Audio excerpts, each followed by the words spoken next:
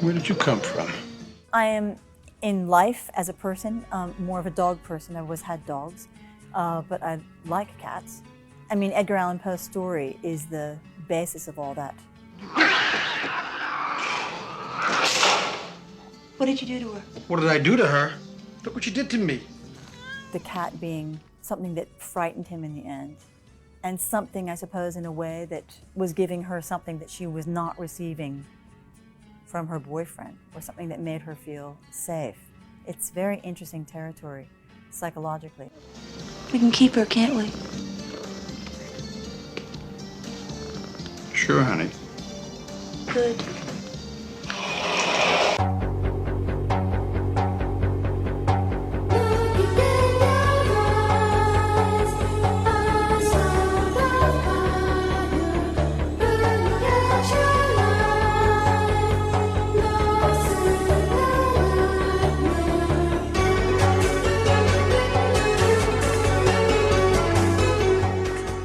I came to New York when I was very young. I didn't go to drama school, against the advice of many, but I had a powerful instinct about it, and I went. And the first couple of years were tremendously exciting. I did a lot of plays. Lighty Breeze, plenty at the Public Theater, and then that went to Broadway. And then I did Slab Boys, and I did my first film for James Ivory.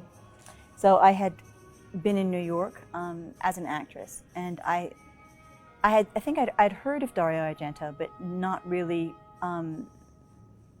had much except a name sort of floating around in the ether. And when I heard from my agent that he was interested to meet me, and it was based in Edgar Allan Poe, I went to meet him because I had always been fascinated by Poe since I was 11 or 12, a thing I think I share with Dario, as it turns out. So I went and I met him, and I'd read the script, and I was quite shy about the script. I was reluctant. Some of the images were so extraordinarily powerful and grotesque. You know, he asked me to do it, and I just wasn't comfortable with some of it. And eventually, he asked me if I'd come back and speak to him, and I just said to him, I said, it's this image of, her body being, devoured at the end, and I just don't want to lend my body to that. And he turned and spoke to his brother in Italian, and then came back to me and said, don't worry, Madeleine, we'll use a dummy. I think he thought that I'd have to be present at this event. And I was incredibly charmed by that and said, yes, I am and always have been very instinctive. But I knew from our conversations that he was an artist and brilliant. And that is an impression that certainly grew over the course of filming and has remained with me. Hello? Annabelle? Joseph. Good news. Found your place to stay, and I got some info on some possible teaching positions. Oh, that's great. She's very interesting. It's a very interesting character. And Dario is himself extremely interesting and brilliant and never obvious, which is why I thought it would be something that I should do, that it was worth exploring. His first gesture along these lines was to give me a budget and send me out with my friend in New York to get my own costumes. A thing nobody's ever done before or since. But it was an incredible thing to do because, of course, well, costume is certainly extremely important to me as an actor. Hugely, hugely important. So I went and got my own clothes, and we had a series of conversations. And she is very interesting. And she did keep evolving while we were doing it. She is innocent, but there are unexplained mysteries. Her attachment to the creature is deep. And I remember when I first arrived in Pittsburgh, I remember the first day I went to his apartment, and he showed me many, many pictures, drawings, paintings of Goya's horrific images of violence and war and torture. But the thing about Dario is that he's an incredibly pure soul. I mean, he regarded these as extremely beautiful, which they are, as works of art. And when I was remembering that, and afterwards, both being Catholic, we went to Mass. And that was the beginning, and that kind of sums up the whole relationship in a way. He kept writing for my character all the way through it, which I loved, so it altered. And the sort of combination of innocence and darkness, which of course is deeply in Poe. Joseph, I don't even know how to say this. It's like I'm living in a nightmare. He's a stranger. I looked at, Dario, speaking about Dario last night, because I knew I was going to do this, and I was reminded of many things, and so many things he says and is quoted as saying are beautiful.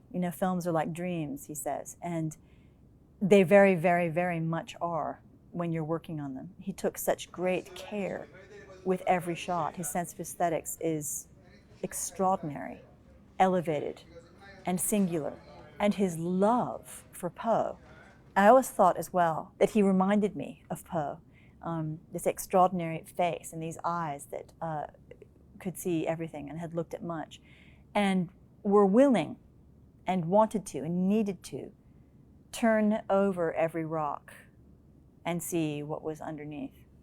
His relationship to his own work and to what people call the genre of horror. I never really know what genres mean. I think that even in the hands of the same artist, each work of art is singular and stands on its own. And he's very, very, very different than the man who he partnered with, Romero, in his aesthetics and every way. His interest in what he tells is, for lack of a better word at this moment, very moral. His understanding that us human beings are made up of everything and that we are capable of anything. And his desire and need, perhaps, to reveal that in his work is something that I admire and empathize with.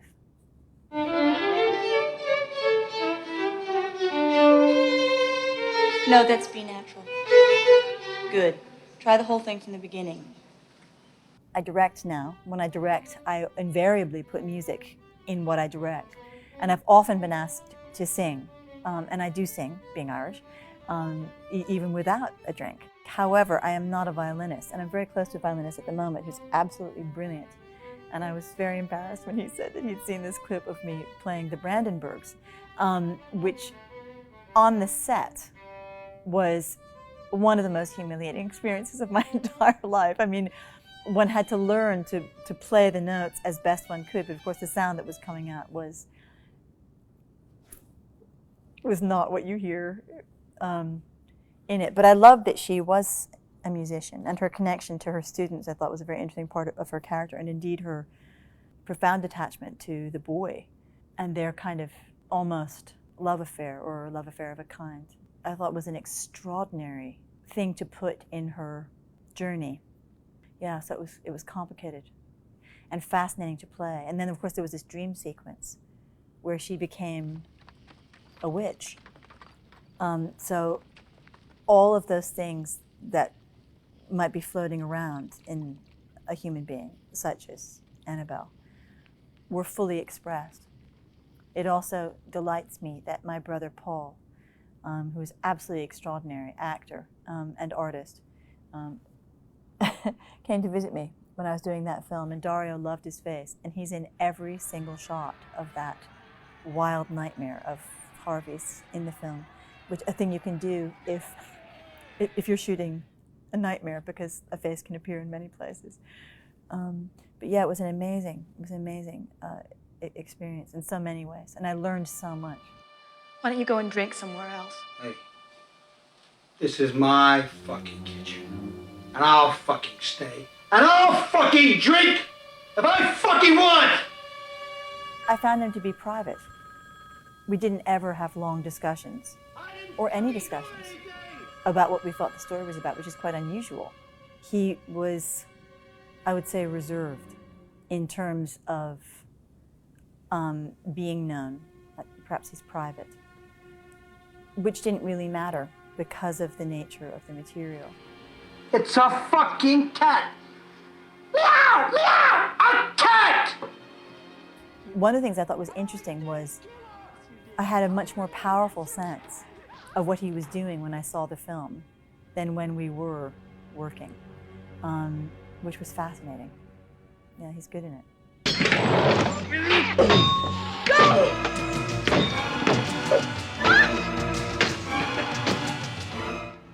The very long time that it took to shoot the death sequence is kind of a blur for me. There were some pretty difficult and grotesque moments in the actual doing of it. Not least that I had to be submerged in a bathtub of blood, and Dario wanted my face to go all the way under the water and then come up. And as he said, like a saint, Madeleine, like a saint. And of course I couldn't, resist that. I was ambitious to give him what he wanted aesthetically because his aesthetic is so incredible. So we did it. It was not comfortable, but I think looks quite extraordinary. Tear the whole thing down.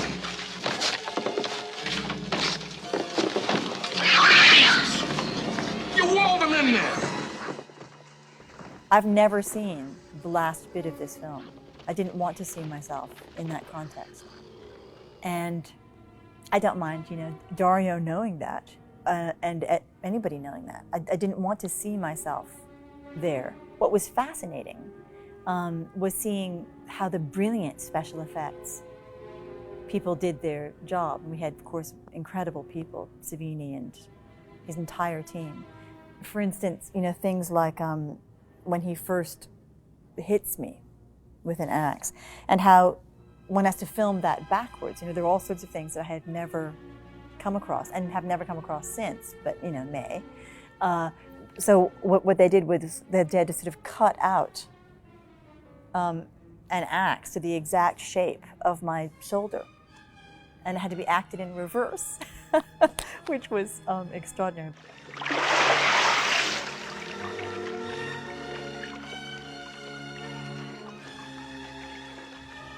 I tend not to read a lot of, I never read reviews when I'm doing a play, if I can avoid it during the run. Sometimes you can't. It's best, I find, for me, not to read them. And films are different because the work is done. But I didn't read many reviews at the time, and I read some last night.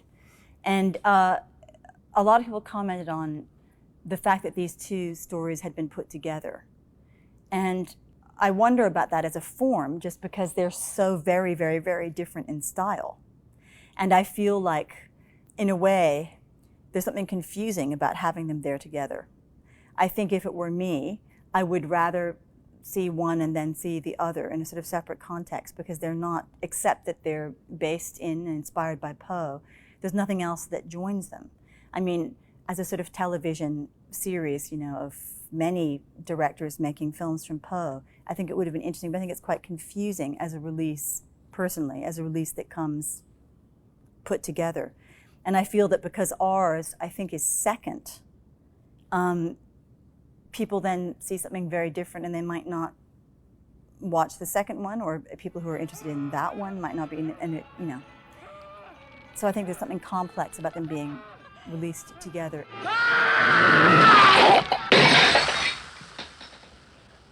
But I'm glad that people watch it and are interested by it.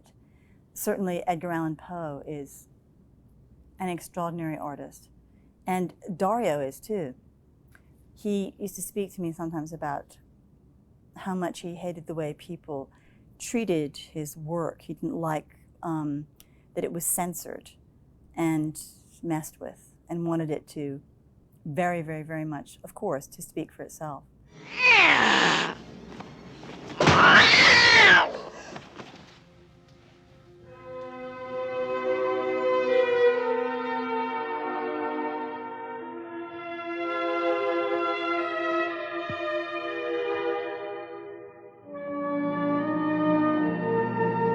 It was interesting because, as I said, I was reluctant to do it at first, but I went forward because of my feelings about Dario and his artistic vision. It was a very interesting experience. I've never done anything like it, either before or since. But I think that everything you do affects you deeply, and you learn from everything you do. And I did love working with him. I loved it.